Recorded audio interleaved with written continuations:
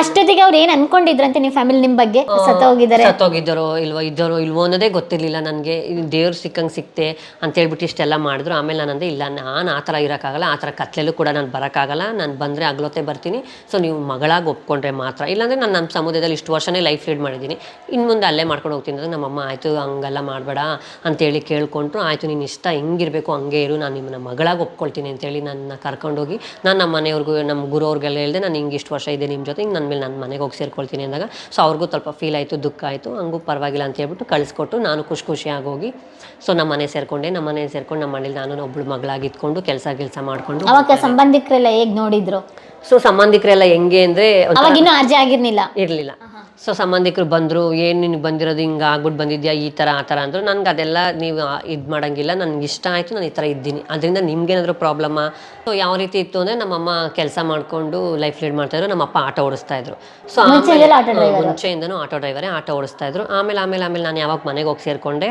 So ನಮ್ಮಪ್ಪ ಆವಾಗಲೂ ಕೂಡ ಸ್ವಲ್ಪ ಆಟೋ ಓಡಿಸ್ಕೊಂಡು ಡ್ರಿಂಕ್ಸ್ ಮಾಡ್ಕೊಂಡು ಬರೋರು, ಏನು ಅಷ್ಟಾಗಿ ಕೊಡ್ತಾ ಇರಲಿಲ್ಲ. ಸೊ ನಮ್ಮ ಮನೇಲಿ ನಮ್ಮಮ್ಮನೂ ಕೆಲಸ ಮಾಡ್ಕೊಂಡು ಹೋಗೋರು. ಸೊ ಯಾವಾಗ ನಾನು ನಮ್ಮ ಮನೆಗೆ ಹೋಗಿ ಸೇರಿಕೊಂಡು ನಾನು ದುಡಿಯೋಂಗಾದೆ, ಅವಾಗ ನಾನು ನಮ್ಮಮ್ಮನಿಗೆ ಹೇಳಿದೆ, ನೀನು ಕೆಲಸಕ್ಕೆ ಹೋಗ್ಬೇಡ, ನಿಮ್ಮ ಮನೇಲೇ ಇರೋ, ನಾನೇ ಹೋಗ್ತೀನಿ ಅಂತೇಳಿ. ಸೊ ಅವಾಗ ನಮ್ಮ ತಂಗಿನೂ ಗಾರ್ಮೆಂಟ್ಸಿಗೆ ಸೇರ್ಕೊಂಡು ಕೆಲಸಕ್ಕೆ ಹೋಗ್ತಾಯಿದ್ಲು. ಸೊ ನಾನು ಕೆಲಸಕ್ಕೆ ಹೋಗ್ಕೊಂಡು ನಮ್ಮ ಮನೆ ಮೇಂಟೈನ್ ಮಾಡ್ಕೊಂಡು ಹೋಗ್ತಾಯಿದ್ದೆ.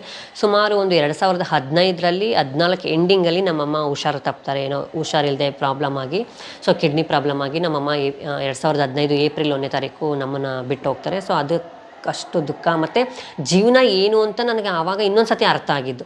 ಏಕೆಂದರೆ ತಾಯಿ ಇದ್ದರು, ಅವಾಗೆಲ್ಲ ಜವಾಬ್ದಾರಿ ತೊಗೊಳ್ಳೋರು, ಏನೂ ಇದು ಮಾಡ್ತಾ ಇರಲಿಲ್ಲ. ಸೊ ಯಾವಾಗ ನಮ್ಮ ತಾಯಿ ಓದ್ದು ಅವಾಗ ಮನೆ ಜವಾಬ್ದಾರಿ ಆಗಲಿ, ನಮ್ಮ ತಂಗಿ ಮದುವೆದಾಗಲಿ ಕಂಪ್ಲೀಟ್ ರೆಸ್ಪಾನ್ಸಿಬಿಲಿಟಿ ನನ್ನ ಮೇಲೆ ಬಂತು. ಸೊ ಅದಾದಮೇಲೆ ನಮ್ಮ ತಾಯಿ ತೀರ್ಕೊಂಡಾದಮೇಲೆ ನಾನು ಒಂದು ವರ್ಷ ತುಂಬೋದ್ರೊಳಗಡೆ ನಮ್ಮ ತಂಗಿಯವ್ರಿಗೆ ಗಂಡು ನೋಡಿ ಮದುವೆ ಮಾಡಿ ಹುಡುಗನ ಮನೆಯವ್ರಿಗೆ ಹೇಳಿದ್ರು, ನಮ್ಮ ಅಣ್ಣನ ಮಗ ಈ ಥರ ಇದ್ದು ಈ ಥರ ಆಗಿಬಿಟ್ಟಿದ್ದಾರೆ ಮಗಳಾಗಿ. ಸೊ ಅದರಿಂದ ನಿಮ್ಗೇನಾದರೂ ಪ್ರಾಬ್ಲಮ್ಮ ಅವ್ರ ಹುಡುಗಿನ ಮದುವೆ ಮಾಡ್ಕೊಳ್ಳೋಕ್ಕೆ ಅಂದಾಗ, ಇಲ್ಲ ಬಿಡಮ್ಮ, ಯಾರೇನು ಮಾಡೋಕ್ಕಾಗುತ್ತೆ, ದೇವ್ರ ಹಣೆಯಲ್ಲಿ ಬರ್ದಿದ್ರೆ ಅದು ಹಂಗಾಗಿದೆ, ಅವ್ರನ್ನೂ ನಾನು ನನ್ನ ಮಗಳು ಅಂತ ತಿಳ್ಕೊತೀನಿ ಅಂತ ಹೇಳಿ ಒಪ್ಕೊಂಡು ನಮ್ಮ ಅತ್ತೆ ಅವ್ರನ್ನೆಲ್ಲ ಒಪ್ಪಿಸಿ ಒಂದು ದಿವಸ ಮನೆಗೆ ಕರ್ಕೊಂಡು ಬಂದರು ಹೆಣ್ಣು ನೋಡೋದಕ್ಕೆ ಅಂತ. ಸೊ ನಾವು ನಮ್ಮ ತಂಗಿಗೆಲ್ಲ ರೆಡಿ ಮಾಡಿ ಸೊ ಅವ್ರ ಮುಂದೆ ನೋಡಿದೆ. ಅವ್ರು ನೋಡಿ ಬಂದು ಫಸ್ಟ್ ಬಂದಿದ್ದೆ ನನ್ನ ಹತ್ರ. ಸೊ ಹೆಂಗಿದ್ಯಾ, ಏನು ಅದೆಲ್ಲ ಏನು ಹೆದರ್ಕೋಬೇಡಮ್ಮ, ನಾವಿದ್ದೀವಿ ನಿಮಗೆ ತಾಯಿ ಥರ, ನೀನು ನನ್ನ ಮಗಳೇನೆ ಅಂತೇಳಿ ನನ್ನ ಕೈ ಹಿಂಗೆ ಹಿಡ್ಕೊಂಡು ಸಮಾಧಾನ ಮಾಡಿ, ನಮಗೆ ನಿಮ್ಮ ತಂಗಿ ಇಷ್ಟ ಆಗಿದ್ದಾರೆ ಅಂತ ಹೇಳಿ ಸೊ ಅಲ್ಲಿಂದ ಪ್ರೋಸೆಸ್ ಸ್ಟಾರ್ಟ್ ಆಯಿತು. ನೀವು ಎಷ್ಟು ಜನಕ್ಕೆ ರೋಲ್ ಮಾಡೆಲ್ ಆಗಿಬಿಟ್ರಲ್ಲ ಪ್ರಿಯಾಂಕಾ? ಹೌದು. ಸೊ ಆಮೇಲೆ ಫ್ಯಾಮಿಲಿಗಳಿಗೆ ಹೌದು, ಆಮೇಲೆ ಅವರು ನಮ್ಮ ತಂಗಿಗೆ ಎಂಗೇಜ್ಮೆಂಟ್ ಮಾಡ್ಕೊಳ್ಳೋಕೆ ಬಂದರು. ಎಂಗೇಜ್ಮೆಂಟ್ ಮಾಡಾದ್ಮೇಲೆ ಸೊ 1 ತಿಂಗಳು 2 ತಿಂಗಳು ಗ್ಯಾಪ್ ಕೊಟ್ಟು ಆಮೇಲೆ ಮದುವೆ ಮಾಡಿಕೊಟ್ಟೆ. ಎಷ್ಟು ಖರ್ಚಾಯ್ತು ತಂಗಿ ಮದುವೆಗೆ? ಸೊ ಇಲ್ಲಾಂದ್ರೆ ಒಂದು 3-4 ಲಕ್ಷ ಖರ್ಚಾಯ್ತು. ಅದೆಲ್ಲ ಅದು ಮಾಡಿ ಅದು ಇದು ಸ್ವಲ್ಪ ಸೇರಿಸಿ ಇಟ್ಕೊಂಡಿದ್ದು ನಮ್ಮ ಜವಾಬ್ದಾರಿ.